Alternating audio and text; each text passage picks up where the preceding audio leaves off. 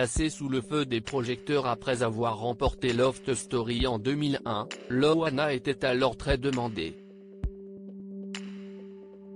Sa vie personnelle intéressait à l'époque, beaucoup d'éditeurs se sont battus pour pouvoir écrire sa biographie.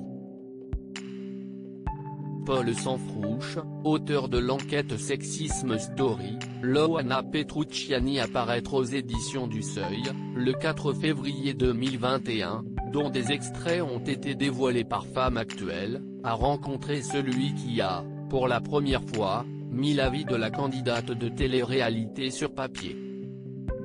Jean-François Kervéan, à l'époque journaliste à France Soir, a publié en 2001 Elle m'appelait Miette, récit. Jean-François Kervéan explique avoir attendu plusieurs mois avant de s'entretenir avec Loana qui a longtemps hésité avant de donner de ses nouvelles. Il y avait un livre à rendre dans les 2 mois.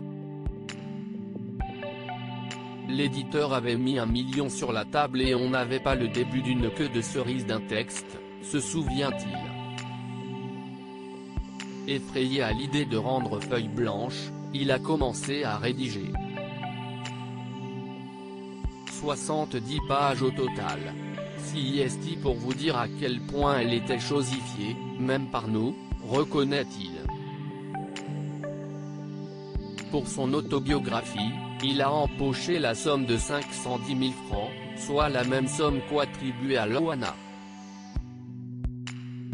On va tous gagner du fric lors de la première rencontre entre Jean-François Kervéan, l'éditrice Maren Sell et Loana. Du monde se précipitait autour de la nouvelle icône de la télé-réalité.